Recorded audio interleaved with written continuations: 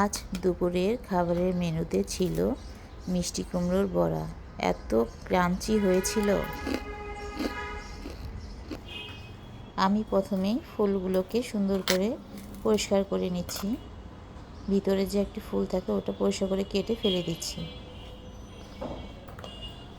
আমি কিন্তু ফুলগুলো ধুয়ে নিব না এখন, যখন ভাজবো ভাজার আগে ধুয়ে নেব।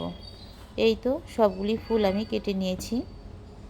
ফুলগুলো ভাজার জন্য এখন ব্যাটার তৈরি করে নেব।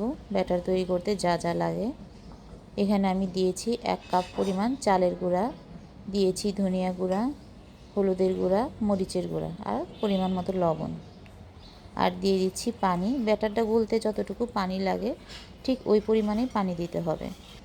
ব্যাটারটা না পাতলা হবে না বেশি ঘন হবে। এখন আমি দিয়ে দিব সামান্য কালো জিরা। কালো জিরা কিন্তু আমাদের স্বাস্থ্যের জন্য অনেক উপকার এবং কালো জিরা দিয়ে ভাজলে অনেক ভালো লাগে খেতে। ফ্রাই প্যানে তেল গরম করে নিয়েছি। এখন আমি একে একে দিয়ে দিচ্ছি ফুলগুলো ভাজার জন্য চলে গেল।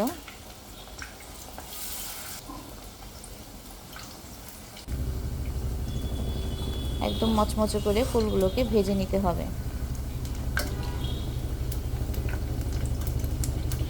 এভাবেই আমি সবগুলো ফুল ভেজে নিয়েছি।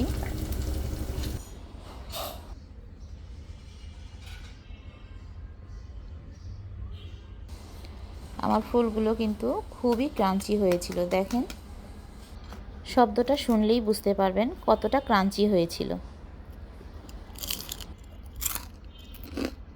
শুভ দুপুর সবাইকে।